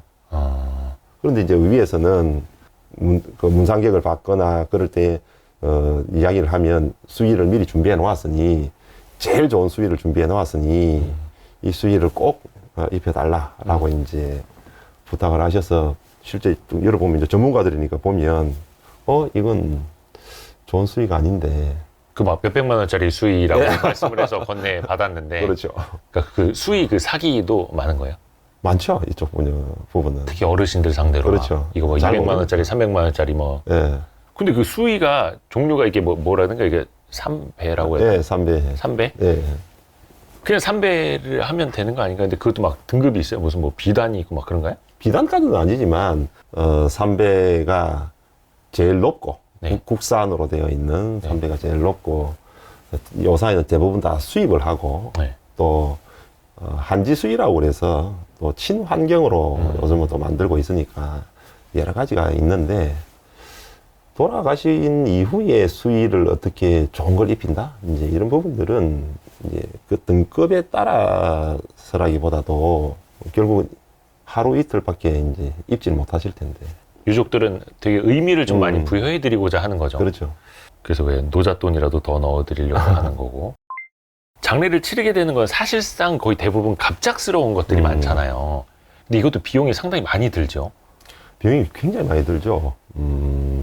2015년도에 예. 통계에서 1,380만 원이래요. 1,380만 원이요? 네, 한 사람을 장례하는데 들어가는 비용만. 이게 그런데 거의 그러니까 병원비 빼고 그냥 평균적으로 장례 비용만. 비용만. 네, 뭐 장례식장 비용, 장례식장에서도 음식을 드셔야 되고, 뭐 화장장이라든지. 예, 화장장, 뭐 납골당 이런 비용. 그런데 거기에다 플러스해서 납골이나 수목 뭐 이런 것까지 들어가면 비용은 더 어마어마하죠. 그렇죠. 1,380만 원이 평균 비용인데 지금 우리가 대부분 다 어떻게 준비를 하고 있냐면 상조라고 하는 상품을 통해서 대략 상조 상품들이 380만 원 정도의 네. 수준이 대부분 다 정해져 있단 말이에요. 그럼 1,380만 원 가운데 380만 원은 준비가 되어 있고 네. 나머지 2천만 원이라 되는 비용들은 사실 준비가 안 돼 있는 상태인 거예요. 네네네. 그런데 이제 이런 장례 비용이라고 하는 부분들이 일반인들은 잘 모르시니까 그냥 상조만 가입하면 모든 거 다 해결됐어. 이렇게 생각을 하시는데 상조를 가입했다고 하더라도 추가 비용이 그렇죠. 훨씬 더 갑절 나온다라고 하는 부분들. 이건 조금 생각을 해봐야 되겠죠. 혹시 진짜 그 장례식장에서 바가지를 씌우는 경우도 많습니까? 바가지를 세우지는 않죠. 왜냐하면 예. 우리나라의 이 하늘 장사 정보라고 하는 시스템에 보면 네. 시스템에 가격을 얼마를 받을 거다라고 하는 부분들이 다 명시가 되어 공시가 되어 있거든요. 표준 가격이. 예, 표준 가격이 아니고 네. 우리 장례식장은 얼마를 받을 거예요. 또 우리 장례식장에는 얼마예요라고 하는 부분들이 다 표준 가격이 있는데 그런 그 보건복지부에서 만든 오, 그런 사이트가 있어요. 오. 그래서 거기에 검색을 해보시면 모든 장사와 관련돼 있는 정보가 다 공공 데이터로서 입력이 되어 있는데 일반인들은 그런 쪽을 잘 모르죠. 저도 처음 관심도 들었어요. 없고 네네네. 예, 관심 없을 뿐만 아니라 설령 거기에 기준가가 있다 하더라도 제일 낮은 가격부터 네네. 제일 높은 가격까지 층층이 엄청나게 구간이 촘촘하게 되어 있는데 쉽게 이야기해서 이렇게 생각하시면 될 거예요. 우리가 텔레비전을 하나 사러 간다 그러면 네네. 텔레비전 전자제품을 사러 가서 40인치 텔레비전 그 다음에 뭐 45, 50, 네. 60, 70 이런 식으로 조금씩 커져요. 예. 그러면 처음에 사러 갈 때는 자그마한 걸 사러 갔는데 몇 마디만 이야기 들어보면 금세 위로 확 올라가는 거예요. 자, 그런 것처럼 이건 바가지는 아니잖아요. 네네네. 바가지는 아니지만 준비 없이 나는 이 정도에 대한 가격으로 이렇게 해서 예산을 가지고 이렇게 할 거야 라고 하면 처음부터 네. 전자제품을 난 60인치로 난 정했어. 절대 흔들리지 않을 거야 라고 하는 어떤 기준이라도 있어야 되는데 네. 그게 아니고 그냥 막연하게 나는 텔레비전을 사러 갈 거야 라고 하는 순간부터는 내가 어느 브랜드를 사야 되겠지, 어느 인치를 사야 되지, 어느 기능이 있어야 되지 라는 것 자체를 모르시니까 그래서 장례라고 하는 파트에는 이런 구간들이 굉장히 선택해야 되는 품목이 한두 가지가 아닌 거죠. 뭐 재단도 있고, 관도 있고, 수의도 있고, 납골도 있고, 예. 해야 될 것들이 굉장히 많이 있으니, 여기에서 조금만, 이건 조금 더 좋은 거, 이건 조금 더 좋은 거 하는 순간, 금액이 확 달라져. 확 달라져 버리니까. 아유. 그러니까 그거를 근데 사실 또 미리미리 생각해 놓으신 분들은 거의 없을 거고. 그렇죠. 근데 이 하늘 장사 정보, 요 좋은 정보가 있어요. 예. 그러니까 돈이 많이 드는 그 장례 절차 중에서 그래도 이거는 조금 돈을 쓰면 좋은 거. 근데 이런 건 진짜 별로 돈 쓸 필요 없다. 안 하셔도 된다. 라는 거 조금 가르마를 좀 타주실 수 있을까요? 그런데 사실은 이게 돈을 써도 좋은 거와 돈을 쓰지 말아야 된다라는 것들이 아니고, 이 절차들은 사실 다 해야 돼요. 그러니까 필요 없는 절차이거나 필요 없는 부분들은 없는데, 이걸 금방 없어지는 부분들에 대해서는 돈을 또 많이 쓰고, 이런 경우들이 있으니까, 이걸 조금 잘 생각을 해야 되겠죠. 조금 지혜롭게. 그렇다고 한다면, 자, 장례를 할 때 봐봐요. 네. 장례식이라고 하는 부분들은 3일 만에 끝난단 말이에요. 그렇죠. 3일 만에 끝나면서 이 장례식에서 과연 고인을 위한 것인지 아니면 자신들을 위한 것인지라고 하는 부분들에서 판단을 해봐야 될 거예요. 근데 대부분이 자신을 위한다고 하지만 다른 사람들한테 어떻게 보여줄까? 그렇죠. 보이는 것에 신경 보이는 것에서 선택을 하면서 굉장히 가격을 높이 책정해서 하는 부분들이 많이 있단 말이에요. 예. 이런 부분들에 대해서는 우리가 절차적으로 3일 만에 끝날 장례인데, 네. 그 다음에 또 뭐 매장을 하든 화장을 하든 요새는 뭐 대부분 다 화장이니까 화장을 한다면 하루만 이틀 만에 전부 다 사용하고 화장을 하는 순간 다 끝나버려요. 자, 그러면 이런 부분들은 어느 정도에 대한 좀 간소화해야 될 부분들도 생각을 해봐야 할 필요가 있는데, 나중에 오랫동안 남는 것들이 있단 말이에요. 두고 오랫동안 남는 거. 예. 그건 기억을 하기 위한 뭐 추모가 될 수도 있고, 또 매일 찾아가야 되는 어떤 장지가 될 수도 있고, 봉안이 될 수도 있고. 네, 네, 네. 이건 한 번 선택하는 순간 싫든 좋든 최소 15년 또는 30년 이렇게 오랫동안 이렇게 가야 되다 보니 이런 것들에 대해서는 조금 더 심사숙고하고 고려하면서 적정한 비용들을 들이면서 해야 되는 게 조금 더 지혜롭잖아요. 근데 이걸 반대로 해버리니까. 3일짜리와 예. 30년짜리를 좀 구분을 해서 그렇죠. 판단을 해야겠네요. 좀 이게 참 어려운 얘기인데, 시신 성형도 있다고. 온전하게 이제 또 돌아가신 분들이 있는 반면에 네. 불의의 사고로 또 돌아가시는 분들이 계시니까, 네. 교통사고를 네, 당하신다거나, 그러면 이제 그럴 부분들에 있어서 유가족들에 대한 마음이 어떻겠어요, 이게. 그래서 또 떨어져 있거나 시신이 조금 훼손되어서 그렇거나 하면은 봉합도 좀 해야 될 필요도 좀 있고, 네. 유가족들에 대한 부분들뿐만 아니고 또 돌아가신 고인의 생각만 예, 한다 예, 하더라도 예, 예. 자신의 신체가 온전하게 또 있는 거와 없는 거는 의미가 조금 다르니까. 그래서 이제 그런 부분들은 사실 장례 지도사들 가운데서는 봉합을 하는 업무를 담당하시는 분들도 계시죠. 근데 그것도 비용이 좀 상당하다고. 적정 비용들이 다 있는데, 예. 모든 것들이 적정 비용들이 있는데, 일부 어떤 분들은 여기에 있는 아주 그러한 심리들, 유족들이 꼭 해야 된다라고 하는 어떤 심리들을 너무 상업적으로 이용을 해서 과다하게 부과를 하는데, 문제는 이 비용을 본인들이 내는 비용들이 아니고, 네. 어떤 뭐 예를 들어서 뭐 교통사고가 있다 그러면 보험에서 뭐 지급이 된다거나, 아니면 또 뭐 산재라든지 이런 네, 처리가 되면 네. 그런 쪽에서 나온다거나 하는 이런 비용들에서 충당되는 부분들이 조금 있어요. 네. 그러다 보니 이제 그 비용에 조금 더 부과를 해서 이런 쪽으로 좀 하시는 게 어떻습니까라고 하는 식으로 조금 유도를 하시니까 이런 부분들은 조금 더 지혜롭게 생각하는 게 좋겠죠. 아이고. 그 우리가 왜 성형외과는 병원들 요즘 좀 비교하는 앱도 잘 나와 있고 막 그래서 볼 수가 있는데, 이거는 또 그 황망한 상황에서 이게 또 무슨 뭐 시신 성형 비교 가격 비교를 할 수도 없고, 참 아유, 예, 어려운 얘기입니다 이거는 참. 그래서 그거를 좀 이용하는 사람들이 확실히 있는 것 같아요. 예전에 뭐 간단히 제 경험을 말씀드리면, 저는 이제 가장 가까운 분들 중에 이제 장인어른이 이제 결혼한 지 1년 만에 돌아가셨는데, 그 왜 노잣돈을 넣으실 분은 넣으라고 하더라고요. 그러니까 마지막 이제 염하고 나서 인사를 할 때 그래도 가족들 마음에 다 5만 원짜리 꺼내서 올려놓잖아. 그다음에 이제 고개를 숙이고 기도를 하래요. 근데 제가 봤을 때 분명히 그 사이에 그 친구들이 돈을 가져갔겠죠. 관 속에 같이 넣지는 않고. 그걸 보면서 저는 약간 기자이고 막 뭔가 해서 그게 너무 싫은 거예요. 근데 그게 좀 일반적인 일일지, 그런 거는 좀 어떻게 우리가 받아들여야 될지. 자, 노잣돈이라고 하는 건 결국은 돌아가신 고인은 들고 가지는 못합니다. 그렇죠. 근데 아는데 안 하면 내가 죄스럽고. 노잣돈이라고 하는 것은 이 일들을 도와주러 오신 장례 지도사들, 네네네. 이분들이 사실 굉장히 근무 여건이 열악해요.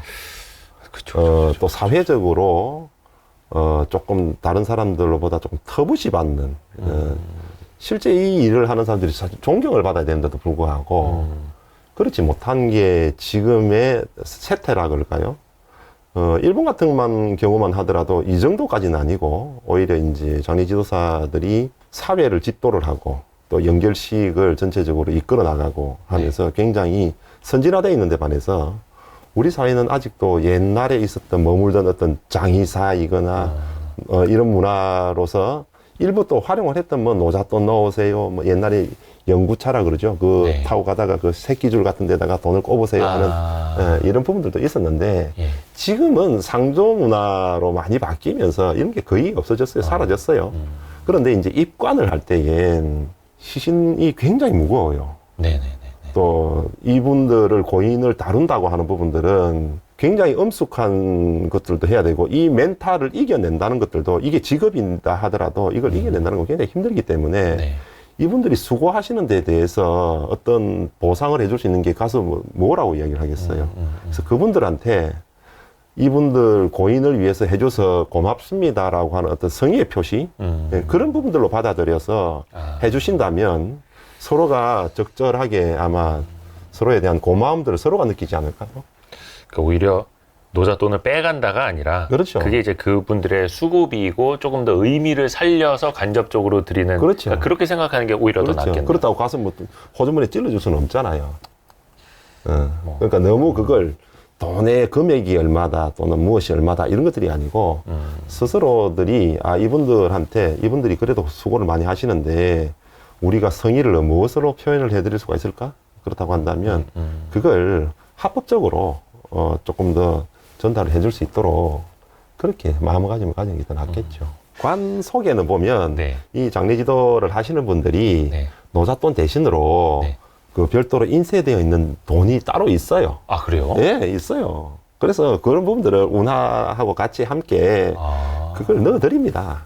이제 그걸 실제 돈을 넣어서 태울 수는 없잖아요. 네네네네. 그걸 빼가는 게 아니고 태울 수 있는 돈으로 별도로 넣어드리니까 그걸 그렇게 나쁘게 생각하실 필요까지는 없을 것 같아요. 죄송합니다. 제가 좀 의심이 많은, 예. 의심이 많은 충분히 사람이라서. 의심을 해도 네. 된다고 생각을 합니다. 근데 사실 뭐 책에도 이렇게 표현을 하셨는데 장례라는 거 이제 고인을 위한 것도 있지만 살아남은 사람들을 위한 뭔가의 행위일 수도 있다 이렇게 또 이야기를 하셨더라고요. 그러니까 장례는 죽은 이를 좋은 곳으로 보내고 싶어하는 추모의 마음도 있지만 스스로를 위로하고자 하는 살아남은 사람의 마음도 담겨 있다. 그 말이 맞는 것 같습니다. 요즘에 돌아가시는 분 중 그 세 분 중에 한 분은 요양시설에서 돌아가신다고. 근데 그렇게 많나요, 실제로? 그렇죠. 30만 명 가운데 약 한 10만 명 정도가 요양병원에서 다 돌아가시죠. 그런데 이제 거기를 그 현실의 당사자가 되시는 분들에 대한 생각. 자, 요양병원을 들어가시면 요양병원에서 끝나는 게 아니고 네. 요양병원은 항상 장례식장하고 같이 붙어 있단 말이에요. 아, 그렇죠. 병원에 장례식장이 있으니까. 네. 그러면 노인이 요양병원으로 들어가는 순간부터는 다시는 나올 수가 없고 그 있더라고요. 그러니까 요양병원 가시면서도 느끼신다는 거예요. 아, 여기서 나는 살아서 나올 수는 없다. 그렇죠. 그러면 들어가는 순간부터 아예 결정되어 있는 순간으로 순서가 정해져 있고 거기도 요양병원도 또 일반 병실이 있는 반면에 마지막 순간에는 또 중환자실로 올라간단 말이에요. 중환자실에서 임종을 하시면 네. 결국 나중에 이제 임종실로 뭐 이제 가셔서 또 임종을 하시는 그런 병원들도 있고 호스피스로 네. 네. 그러고 나서 사망하시고 나면 바로 요양병원에 붙어 있는 장례식장으로 내려와서 영안실로 운구가 된단 말이에요. 그러면 이제 안치실에 안치를 하는데 안타까운 게 그 요양병원에 입었던 그 병원 환자복이 예. 수의를 입기 전까지는 그대로 입고 있는 거예요. 거의 모든 분들의 마지막 모습이. 그렇죠. 그런데 그걸 노인들은 다 아신다는 거예요. 예. 자기의 모습이 그렇게 될 거라는 것들을. 그 길을 들어가고 싶을지 안 하는 들어가고 거죠. 싶어요. 아유. 그 길을 아무도 들어가고 싶지 않지만 현실적으로 방법이 없죠. 자, 방법이 없다고 생각을 하는데 방법은 있어요. 아, 그래요? 방법은 충분히 있고 유품을 정리하러 가보면 굉장히 지혜롭게 잘 하셨구나라고 하는 흔적들이 많이 보이거든요. 네네네. 자, 집에서 돌침대에서 생활하시던 노인들이 돌침대를 빼내고 네. 일반 병실에서 사용하고 있는 침대 있잖아요. 환자용 침대. 아, 네네. 네, 그걸로 바꿔요. 뭐 이렇게 전동 기능이 있고, 뭐, 예, 예, 벨도 이렇게 있고. 해서, 예, 누르면 이 올라가기도 하고 내려가기도 하고 하는, 그 다음에 네네네. 또, 산소통이 있는 분들도 계시고. 네네네. 그러면 이제 거동을 잘 못하시면 휠체어를 타시거나 하면서 네. 움직일 수 있는 네. 집 자체가 아늑한 공간에서 해야 되는데, 움직여야 되는데, 다만 문제는 뭐냐니, 이 단차가 있고, 바닥에, 또 문이 좁고, 네네네. 또 화장실에 난간 같은 게 없으니, 그렇죠. 이런 부분들을 전부 다 봉을 달아서 난간을 만들어 놓고, 그다음에 또 단차를 없애거나 또 문을 문폭을 조금 넓혀 놓거나 그렇게 해서 준비를 하셔서 실제 요양을 하시다가 댁에서 임종을 하신 분들이 굉장히 많이 있어요. 그러면 이런 부분들에 대해서 조금 미리 준비를 하면 괜찮은데, 이런 방법들을 잘 모르시니까 무조건 생각하는 건 간편하게 생각을 해서 요양병원으로 가야 돼. 이거부터 먼저 생각하시는 거예요. 그런데 불과 한 20, 30년 전으로 돌아가 봐 볼까요? 네. 20, 30년 전에는 요양병원이 그렇게 일반화되어 있지를 않았었어요. 그렇죠. 이분들 분명히 우리 돌아가셨는데, 노인들이. 네. 옛날에 노인들 다 어떻게 돌아가셨을까요? 대부분 댁에서. 그렇죠. 네. 심지어는 병원에 계시는 분들을, 네. 아, 그렇죠. 임종때가 오면, 댁으로 모셔가셔야 예, 하죠. 객사하면 안 된다라고 해서, 댁으로 모셔가십시오라고 해서, 오히려 거꾸로 병원에서 전부 다 댁으로 돌려보내서, 댁에서 임종을 할 수 있도록 충분히 그런 시간들을 드렸는데도 불구하고, 어느 순간 병원이 장례식장을 같이 이제 운영을 하게 된 거예요. 그렇죠. 그럼 댁으로 보내면 다시 장례식장으로 안 오치니까 하나에 대한 어떤 패키지 상품이 돼버린 거예요. 이게 따지고 보면. 그래서, 조금 우리가 조금 생각해 봐야 될 게, 어떻게 하면 댁에서 요양을 하고 댁에서 어떻게 잘 보내드릴 수 있을까를 미리 두 분이 계실 때부터 한 분 결국은 또 먼저 보내드려야 되고, 네, 네. 남아있는 한 분은 맨 마지막에 또 해야 되니까. 그럼 옆에서 누가 케어를 해야 되잖아요. 그렇죠. 근데 케어를 하는데 진짜 24시간 집중적으로 케어하는 시간은 그렇게 길지가 않아요. 또 요즘은 요양보호사 제도라든지 이런 부분들이 워낙 잘 되어 있으니까 네. 제가 요양보라고 하는 부분들을 쓰고, 또 맨 마지막 순간에는 자녀들이라든지 또는 가족들이 로테이션 하면서 당번을 세야 되겠죠. 그 요양보험 같은 게 이게 되나요? 예, 요양보호사를 쓸 때 네, 비용이 요양보호사들이 조금. 비용들도 있고 국가에서 다 해주고 있으니까. 근데 이게 다 되지는 않을 거고. 그렇죠. 3시간. 그렇죠. 자녀들이 또 요양을, 부모님들 요양을 하거나 하면은 또 적용받을 수가 있으니까. 아, 이게 진짜 현실적인 문제예요. 현실적인 문제예요. 굉장히. 누구나 다 그 과정을 거쳐가야 하니까. 맞습니다. 뭐 따져보면 저도 뭐 몇 년 뒤가 될지 모르겠지만 진짜 그 사고가 아니라 병으로 죽게 된다면 거의 다 요양병원에서 그렇죠. 마지막을 맞이하겠죠. 인간의 그 존엄을 지키는 죽음이란 좀 어떤 모습일까요, 대표님이 생각하시기에는? 제일 좋은 건 자신의 의지대로 사망을 하는 부분들이 제일 좋겠죠. 의지대로. 예, 사망. 자기답게 살아가는 거. 맨 마지막까지. 그런데 맨 마지막 순간에는 자신이 자기 마음대로 할 수가 없잖아요. 네. 자신의 의사를 표현할 수도 없고, 의식을 잃어버린다거나 치매가 있다거나 하면서 다른 사람한테 모든 것들을 다 일임을 해야 하는데, 가족들에게 일임했다 하더라도 이 가족이 정확하게 나의 의사를 잘 몰라요, 이게.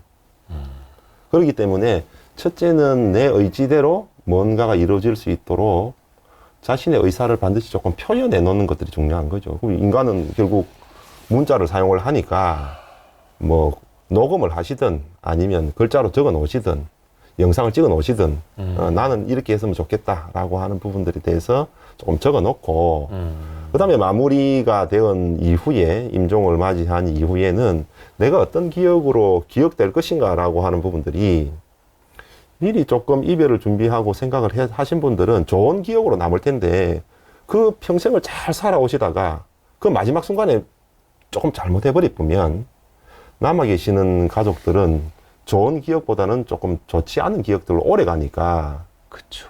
이런 부분들을 미리 조금 나의 의지대로 또 남아있는 사람들과에 대한 협의하에, 상의하에 좀 진행이 될 수 있도록 해 나가야 될 분들도 있고, 또 자신의 시신은 결국 누구한테 보여줘야 돼요.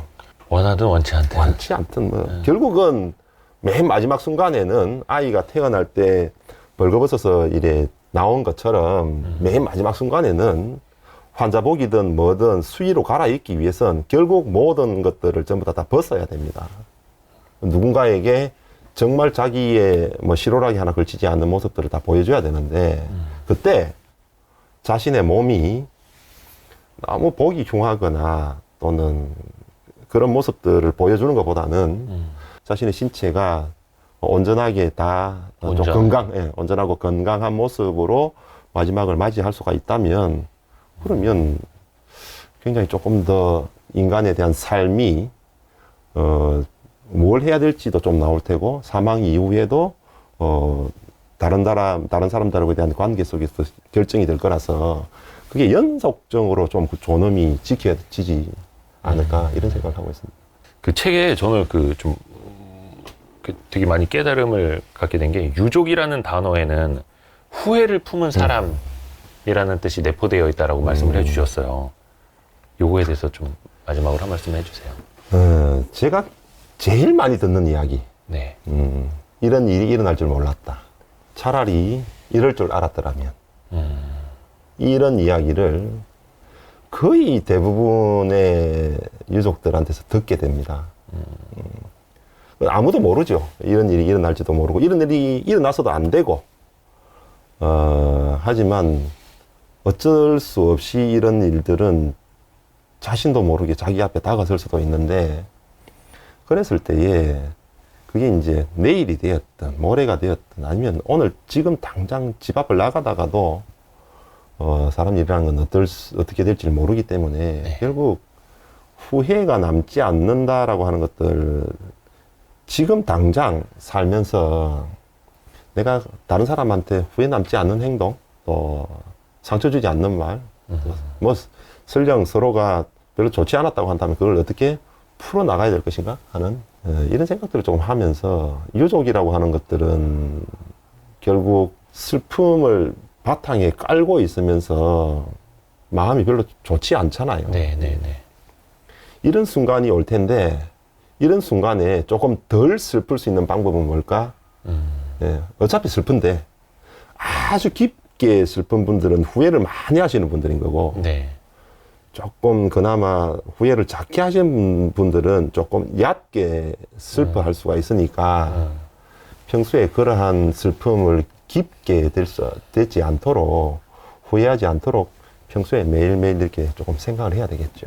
그 후회 회자 한자에 예.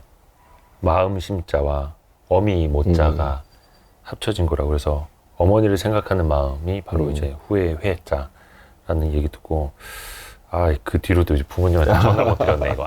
참. 그러니까 옛날 분들이 네. 단어를 참 만들어낼 때에 굉장히 지혜롭게 만들으셨구나라고 하는 분들을 생각을 하죠. 후회 없이 살아야 되고, 누군가를 이제 떠나보낼 때도 후회가 적도록 미리미리 생각을 해야 되는데, 사실 그게 알면서도 참 쉽지가 않은 일인 것 같습니다. 그래서 오늘 김석중 대표님 통해서 정말 좀 많은 걸 깨닫게 됐고, 많은 걸 좀 배우게 됐고, 많은 걸 또 느끼게 됐습니다. 진짜 오늘 좋은 말씀, 긴 시간 함께 해주셔서 감사합니다. 네, 감사합니다.